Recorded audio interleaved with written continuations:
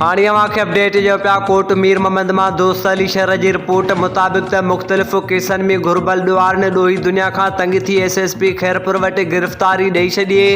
Police वटि पेश थींदड़ ॾुआरनि सां का बि ज़्यादती न थींदी। एसएसपी खैरपुर रिपोर्ट मूजिबि मुख़्तलिफ़ संगीन केसनि में घुर्बल ॾुआरनि ज़ुल्फ़कार अली पुट मोहम्मद सालियो नारे जो, शफ़ीक अहमद पुट जान मोहम्मद नारे जो, वकार अहमद पुट मोहम्मद हाशिम नारे जो ॾोही दुनिया खां तंग थी फैज़ मोहम्मद बुंडो में एसएसपी खैरपुर मीर रोयल खान खोसो वटि पेश थी गिरफ़्तारी ॾेई छॾी आहे।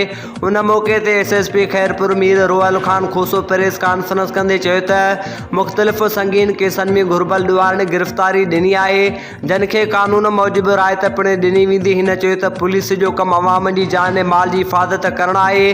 जेकॾहिं पुलिस अवाम जी हिफ़ाज़त कंदी त अवाम जो पुलिस मथां एतमाद बहाल थींदो।